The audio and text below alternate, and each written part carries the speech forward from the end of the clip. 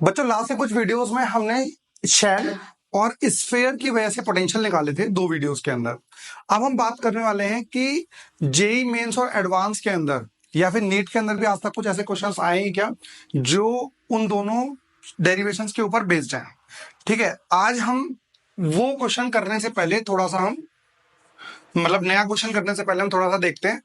एक आपको फॉर्मूला याद होगा शेल्स के, यदि आप बाहर कहीं पोटेंशियल निकालना चाहते हो तो आता था हमारा के क्यू बाय आर। इस पॉइंट पे हमारा आता था के क्यू बाय कैपिटल आर, और अंदर भी किसी पॉइंट पे बात करोगे तो हमारा के क्यू बाय कैपिटल आर ही आता था। और हमारा जो डायग्राम था, जो वी और आर के बीच ग्राफ था, वो हमारा रहता है कांस्टेंट, क्योंकि अंदर तो कांस्टेंट है कहां तक, आर तक, फिर उसके बाद हमारा डिक्रीज होने लग जाता है। तो इस टाइप से हमारा ग्राफ दे रखा था, पहले कांस्टेंट है फिर हमारा डिक्रीज होता है। ये हम बात कर चुके थे लास्ट वीडियो के अंदर। तो भाई इस बार की वीडियो में इस न्यूमेरिकल के अंदर हम बहुत ज्यादा इस चीज को यूज करने वाले हैं। आइए देखते हैं क्या है वो। ठीक है, तो न्यूमेरिकल हमारा है जो हम करने वाले हैं वो है एचसी वर्मा का एग्जाम्पल है, एग्जाम्पल नंबर 4 है और बहुत ही बेहतरीन क्वेश्चन है भाई। इससे पहले एग्जाम्पल नंबर 3, यदि आपका एससी वर्मा है तो पहले एग्जाम्पल नंबर 3 करना, उसके बाद एग्जाम्पल नंबर 4 करना। एग्जाम्पल नंबर 3 बहुत इजी क्वेश्चन है, वो आपको ट्राई करोगे तो हो जाएगा। मैं आपको ओवरव्यू दे देता हूँ इसमें हम क्या कंसेप्ट यूज करने वाले हैं। पहली चीज तो ये, फर्स्ट चैप्टर के अंदर हमने कंसेप्ट पढ़ा था कि चार्ज इंड्यूस हो सकता है ना। जैसे कि आपके पास एक कंडक्टिंग प्लेट है तो आप क्या कर सकते हो। अच्छा, आपने स्फेयर्स वाले देखे होंगे, जैसे एक स्फेयर है, आप इस साइड क्या करते हो, पॉजिटिव चार्ज लेकर आओ, तो पॉजिटिव चार्ज लेकर आओगे तो क्या होगा, वो सारा का सारा नेगेटिव चार्ज अपनी तरफ कर लेगा, हुआ ना। और इसके साइड में हमारा आ जाएगा पॉजिटिव चार्ज। ये तो वाली चीज हुआ करती थी। इस साइड चार्ज कितना इंड्यूस होगा, जितना पॉजिटिव चार्ज होगा। जैसे यहाँ पे पॉजिटिव चार्ज 5 कूलम है तो इंड्यूस भी कितना होगा, 5 कूलम ही रहेगा। तो ये हमारा प्रिंसिपल है। जैसे इसके ऊपर चार्ज इंड्यूस कराना चाहते हो आप, और यहाँ पर हमारे पास एक पॉजिटिव प्लेट है, तो पॉजिटिव प्लेट भाई कितने की थी, 3 माइक्रो कूलम की थी। तो इस साइड हमारा क्या आएगा, नेगेटिव, पर कितना, 3 माइक्रो कूलम, क्योंकि ये जितना है उतना ही इंड्यूस करा सकता है। क्या बोला मैंने, ये जितना है उतना ही इंड्यूस करा सकता है। अब आप बोलोगे सर ये तो आप स्टेटमेंट बोल रहे हो, इसी के ऊपर एग्जाम्पल नंबर जो 3 है एससी वर्मा का, वो उन्होंने यही समझाया हुआ है।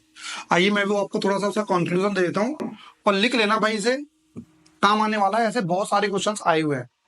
सुनिए, ऐसा है कि इन्होंने एक तो शेल ली थी, कंडक्टिंग शेल, ठीक है, और बीच में इन्होंने रखा था चार्ज, मतलब इसके ऊपर भी पॉजिटिव चार्ज रखा हुआ है इस टाइप से। तो इस चार्ज की वजह से ये कंडक्टिंग शेल है, कंडक्टिंग शेल में पॉजिटिव नेगेटिव दोनों चीजें रहेंगी।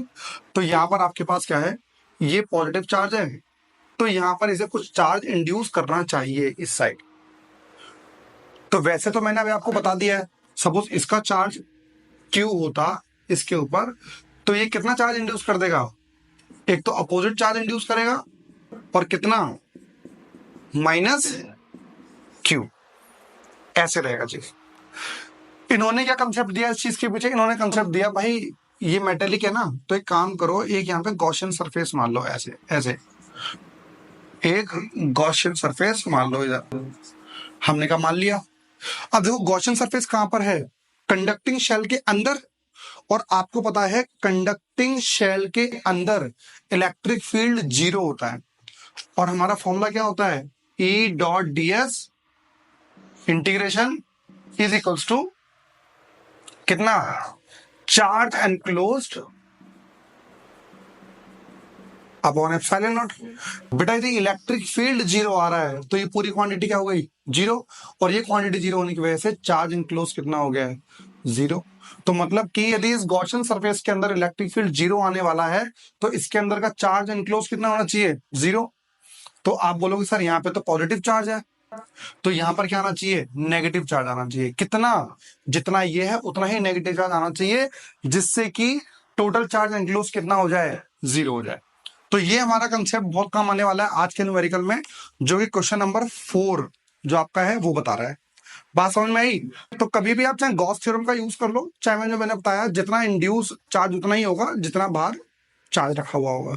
जैसे यहाँ क्यू चार्ज है तो इस साइड अपोजिट नेचर का चार्ज इंड्यूस होगा, वो अपने अपोजिट नेचर को क्या करेगा, अट्रैक्ट करेगा अपनी तरफ, और वो चार्ज उतना ही होगा जितना ये जिस मैग्नीट्यूड का ये वाला चार्ज होगा।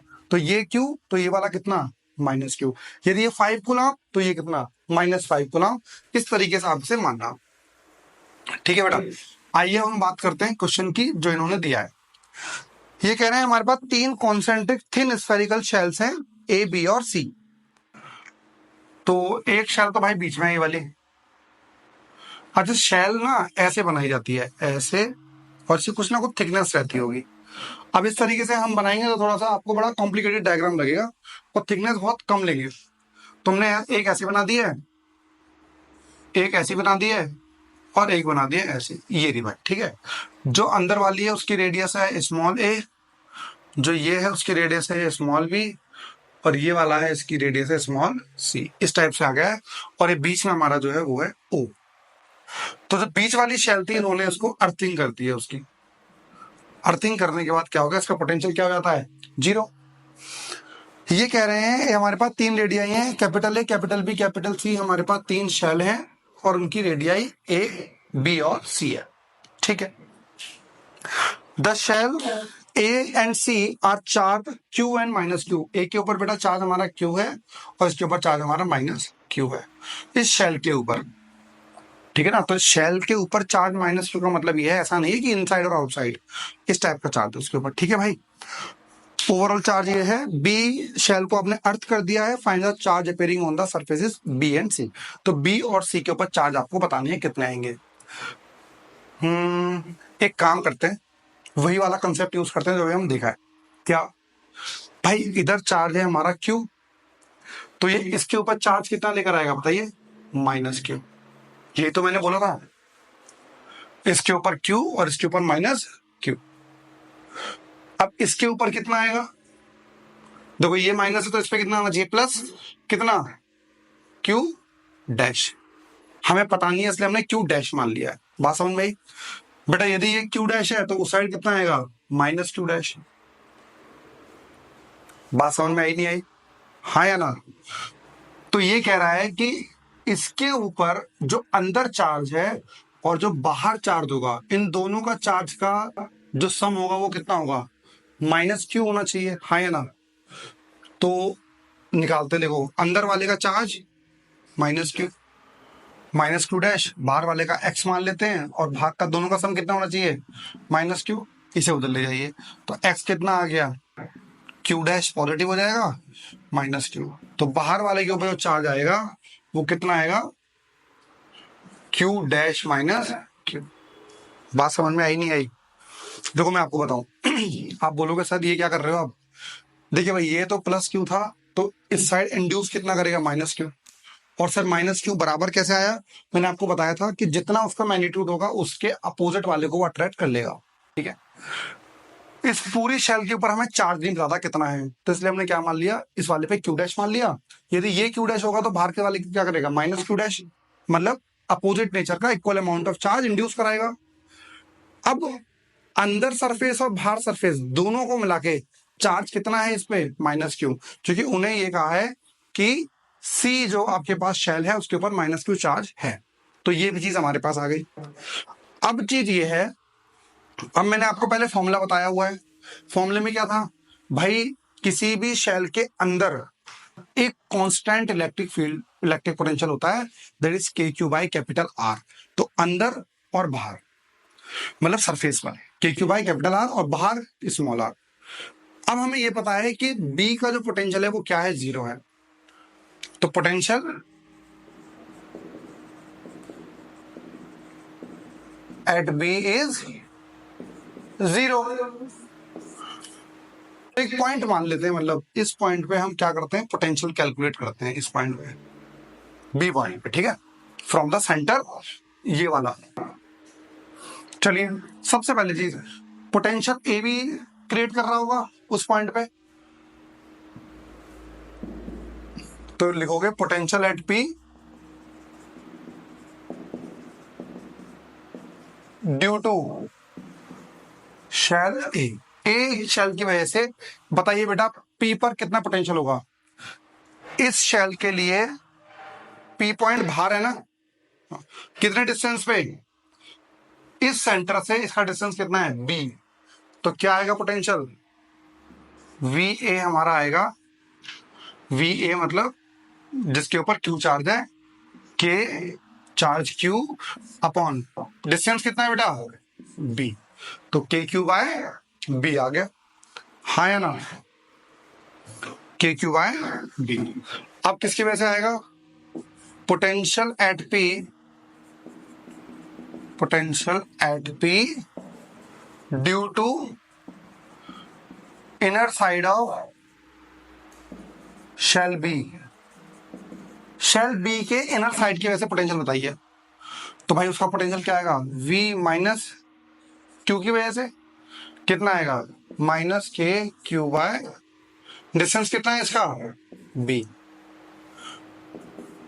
Potential at P due to outer side of shell B, बताइए भाई कितना आएगा, किसके ऊपर आएगा V plus Q is equals to, अच्छा क्यू डैश तो कहते हैं के क्यू डैश बाय बी, ये पहली इक्वेशन, ये दूसरी इक्वेशन, ये तीसरी इक्वेशन। ये अभी किस पे पोटेंशियल बता रहे हो, पी पॉइंट पे पोटेंशियल निकाल रहे हो जो हमने इस शेल पे माना हुआ है, जिसको आपने अर्थ किया है ना उस पॉइंट पे, तो अर्थ करने का पोटेंशियल क्या कर दिया आपने जीरो, तो हम उसका पोटेंशियल निकालते हैं और इक्वल टू जीरो पुट कर देंगे। अच्छा क्यू डैश की वजह से तो आ गया, फिर माइनस क्यू डैश की वजह से भी आएगा, तो देखो माइनस क्यू डैश क्या हो गया बड़ा वाला स्फीयर, और आपको पोटेंशियल का निकालना है इस पॉइंट पे, तो बड़े वाले स्फीयर के लिए तो भाई क्या होगा, पूरे अंदर पोटेंशियल क्या रहता है कांस्टेंट, कितना के उसके ऊपर सरफेस अपॉन उसकी रेडियस, वो वाली चीज आ जाती है, तो बताइए क्या होगा, potential at P due to inner surface of C, बताइए V माइनस क्यू डैश कितना K minus Q dash upon distance कितना है बेटा C, क्योंकि अंदर तो कांस्टेंट रहता है A B और स्मॉल C, ठीक है, ये हमारा आ गया, दिस इज फोर्थ। फिर potential at P due to outer surface of C, वो कितना आएगा V Q dash minus Q की वजह से, तो के Q dash minus Q upon distance कितना आ गया है C, तो क्या कर दो इन सारे पोटेंशियल को क्या कर दो भाई ऐड, क्योंकि potential is a scalar quantity, तो ऐड कर दो भाई कितना आएगा पोटेंशियल एट B, बताइए पोटेंशियल एट B, तो क्या करोगे ये वाला पोटेंशियल ऐड करो के क्यू बाय बी, ठीक है, उसके साथ ये वाला ऐड करो minus K Q bye B, फिर ये ऐड करो plus k Q dash by B, फिर ये ऐड करो minus K Q dash by सी, फिर ये वाला plus k Q dash minus Q upon C is equals to zero, क्योंकि भाई अर्थिंग कर दी गई है ना उसकी, तो इक्वल टू जीरो हो गया, तो भाई ये दोनों तो कट जाएंगे, इसे अलग अलग कर लेते हैं, तो के Q dash by B, K Q dash by C, K Q dash by C minus K Q by C equal to zero, तो भाई ये ऐसे कट गया, तो क्या आ गया k Q dash by B is equals to k Q by C, k से के कट गया, तो क्यू डैश कितना आ गया है B upon C into Q, तो क्यू डैश हमारा आ गया बी अपॉन सी अपॉन क्यू, तो अब हमें इनके ऊपर चार्ज बताना है, तो इसमें तो क्यू, इस पे माइनस क्यू, इस पे कितना आएगा क्यू डैश की जगह, क्यू डैश की जगह आ जाएगा B upon C into Q, और यहां पर आ जाएगा minus B upon C into Q, यही आया, ठीक है, इसकी निकाल लो, क्यू डैश कितना है B upon C into Q minus Q, Q common ले लो, B upon C minus one. देखना ये आंसर आ रहा है क्या? हाँ, उन्होंने माइनस कॉमन ले रखा है, तो इसे माइनस कॉमन ले लोगे तो उल्टा हो जाएगा। यही आंसर है। इसका हम शॉर्ट फॉर्म भी देखते हैं किस तरीके से निकाल सकते हैं, वो हम देखते हैं अगले कुछ क्वेश्चंस के अंदर। ठीक है भाई, चलो।